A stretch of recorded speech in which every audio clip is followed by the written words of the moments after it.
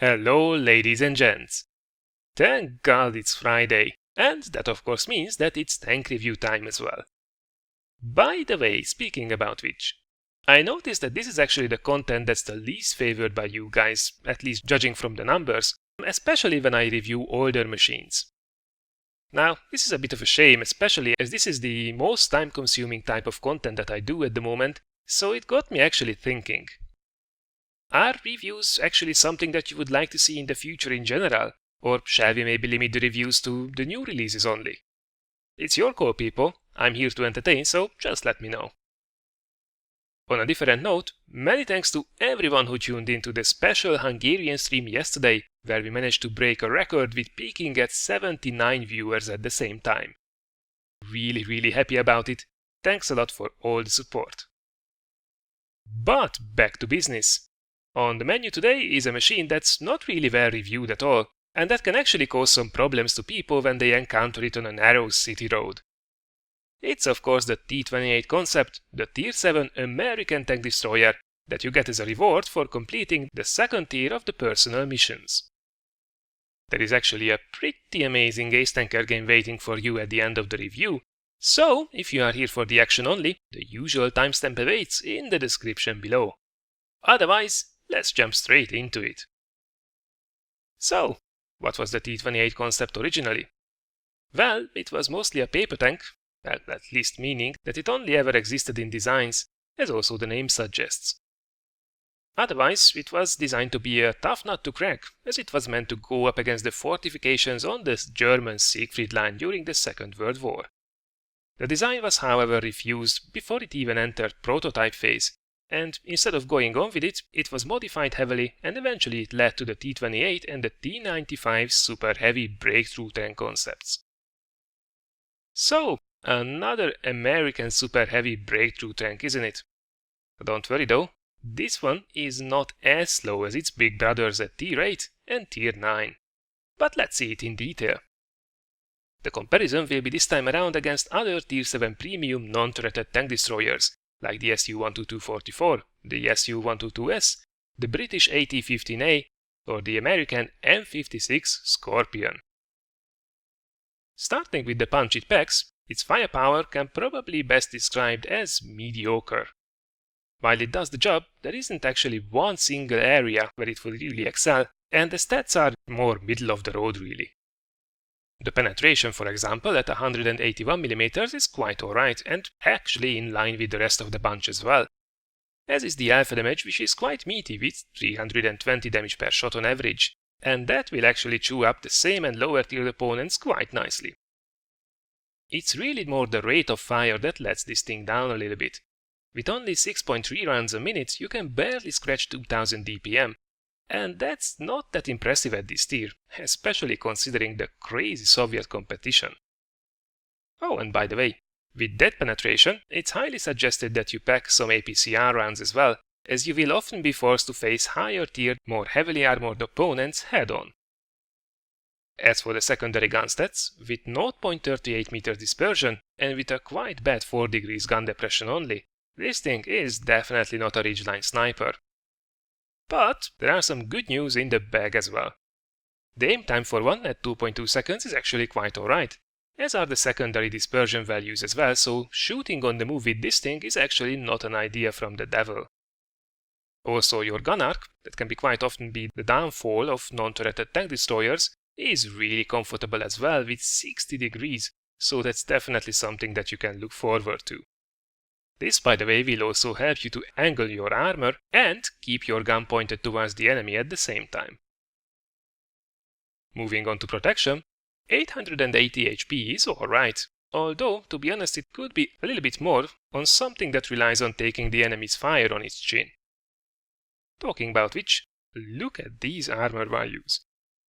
While on paper the British AT-15A has slightly better protection, all the angling on the T28 Concept means that frontally, this thing is simply a brute.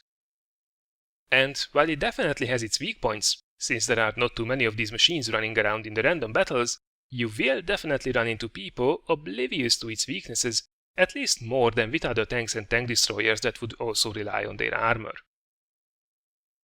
Now taking a closer look, Frontally, the picture is quite impressive.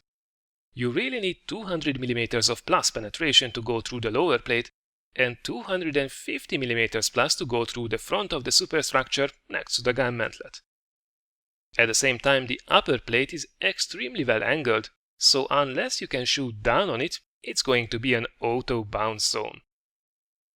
Where you can hurt it frontally are either on the 3 cupolas on top, where the armor is 70mm thick only, although these are very small targets, or your best shot is actually the 2 large bulges on either side, where the machine guns are located. Shoot at directly the machine gun, and already about 100mm of pen will be enough to go through it. The annoying part, however, is that you just can't hide these completely, no matter what you do, so at least try to rock back and forth trying to get a ricochet if it hits the well-angled side of these bulges. Sideways on, the protection is still quite alright, especially lower-tier light tanks can get caught unaware of it. The tracks are protected by spaced armor, so your best bet to penetrate it would be actually on the superstructure. Here, from about 100mm of penetration will be enough, though be aware that the frontal part has still some armor zones that you would best avoid. If you can, shoot it in the rear section from the machine gun turrets onwards. And last but not least, from the rear, even this machine is paper thin as well, as expected. The lower side has 50mm of armor, while the upper, more angled part has only about 35mm, so here is your best bet to penetrate it with HE if you want to be super cheeky. Moving on to the mobility, the 29 km/h top speed is actually a really nice surprise, especially if you played any of the other super heavy breakthrough tanks from the American line before. Even the power to weight ratio with almost 14 horsepower per ton is alright considering, though the terrain resistances are definitely the worst of this pack. Overall then, it's not as bad as some of the other super heavy tank destroyers, but it will struggle uphill and on anything else than hard terrain. Now talking about struggling, the hull traverse is really abysmal with only 18 degrees per second, so expect to be outflanked really easily if you let anyone close to you. And last but not least, view range is actually another nice surprise with 370 meters, that's the best from this bunch, while camo values and radio range are rather average once again. So, another city-loving heavily armored tank destroyer then that's surprisingly mobile, with limitations of course, and that will catch the opposition off guard quite a lot of times. To enhance its strengths further, for equipment I suggest to use a gunrunner, vents and a spall liner, while for crew skills I would prioritize repairs and sixth sense, followed by brothers in arms to try to squeeze out even the last drop of rate of fire as well. Right, this was then my quick take on the T28 Concept. I think it's high time to see how it does in its element, doing the job it was designed to do, dishing out the pain on Siegfried line. Alright, so here we are in our T28 Concept, dishing it out on Siegfried line.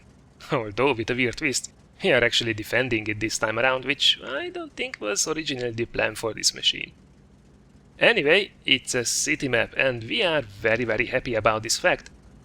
The same goes for the matchmaking as well. I mean, look at this.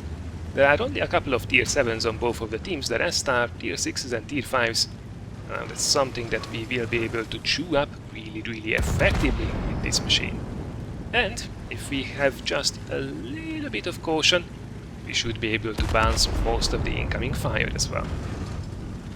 We also seem to have the more experienced players in the match, so that can actually mean trouble. I mean, everything goes for our team at the moment. We have to make a push to get some damage done. Don't worry though, we will. Oh, we definitely will. Right in the beginning, seems the enemy team is still well in the middle of advancing up to its positions. There are 1, 2, 3, 4, 5, 6 tanks in front of us. Absolutely mental. Let's see what we can do. Look at this alpha damage. Against tier 6s, tier 5s, even the tier 7s, 320 average damage is really nice.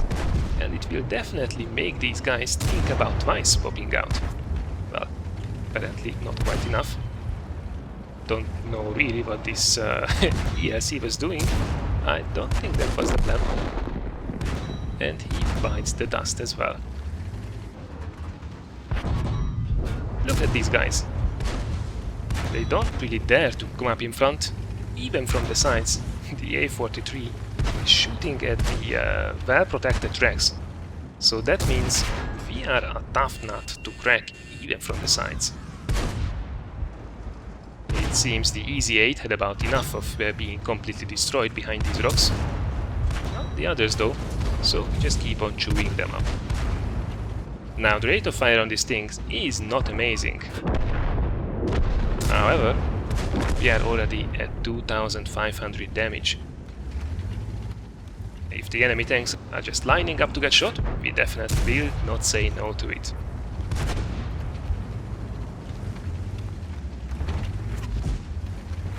Okay, it's a drive your tank in a crazy way day, it seems. And the pile of burning dead tanks just keeps on growing in front of us, literally. Now the enemy team is completely melted at this point. We have a 6 tank advantage, and this is only a couple of minutes old. I think it's high time we put ourselves into gear and actually push into the few remaining enemies to make sure that we can actually secure the damage. Look at this. That's a super heavy breakthrough tank for you right there, just pushing aside its dead enemies. It's a bit of a rush shot, unfortunately. Not a care in the world. Simply going ham on this KV-85, ramming him. Can completely ignore him as well, it really doesn't matter. Let's go for the most damage we can secure. And that shot in the Skoda T25 was definitely the better choice there. Just look at this. No damage, no damage, no damage, ricochet, bounce, no damage, bounce, no damage, bounce, bounce, ricochet.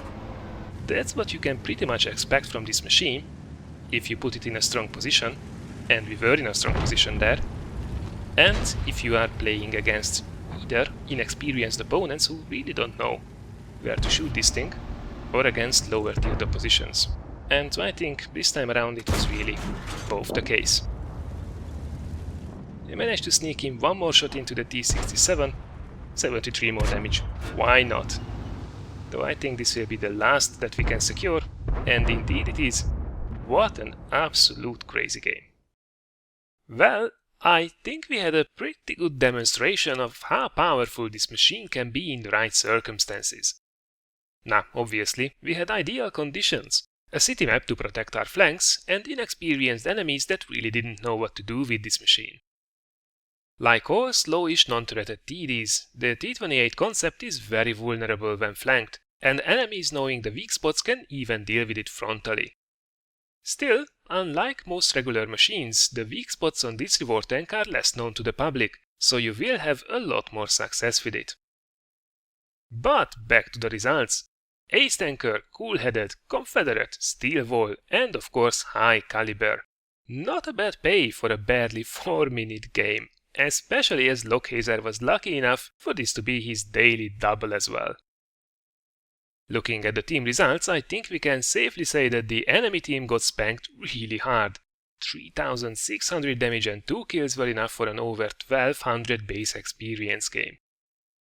Kinda unsurprising actually, when considering that we actually did more damage than the entire enemy team combined. Just crazy, man.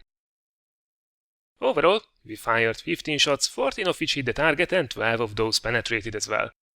Not too bad, but of course we didn't really put our gun to the test in this game. Our armor, on the other hand, did hold up really well, blocking all but one single of the 22 shots received. Yep, it can be this good. That's, by the way, well over 2000 damage negated right there, so now we know why the enemy team did so little damage. So, this was then a quick look at the second reward tank, or rather to say tank destroyer, the T28 Concept. I do hope that you found this little review useful, and if you did, thanks a lot for considering giving this a like or sharing it. So, this was it for this week, guys. Many thanks once again to everyone for tuning in. Just to let you know, I will be on holiday end of next week, which won't affect the daily video schedule, but the streams will be this time around on different days, Monday and Wednesday. Have an excellent weekend everyone, and I look forward to seeing you again next week.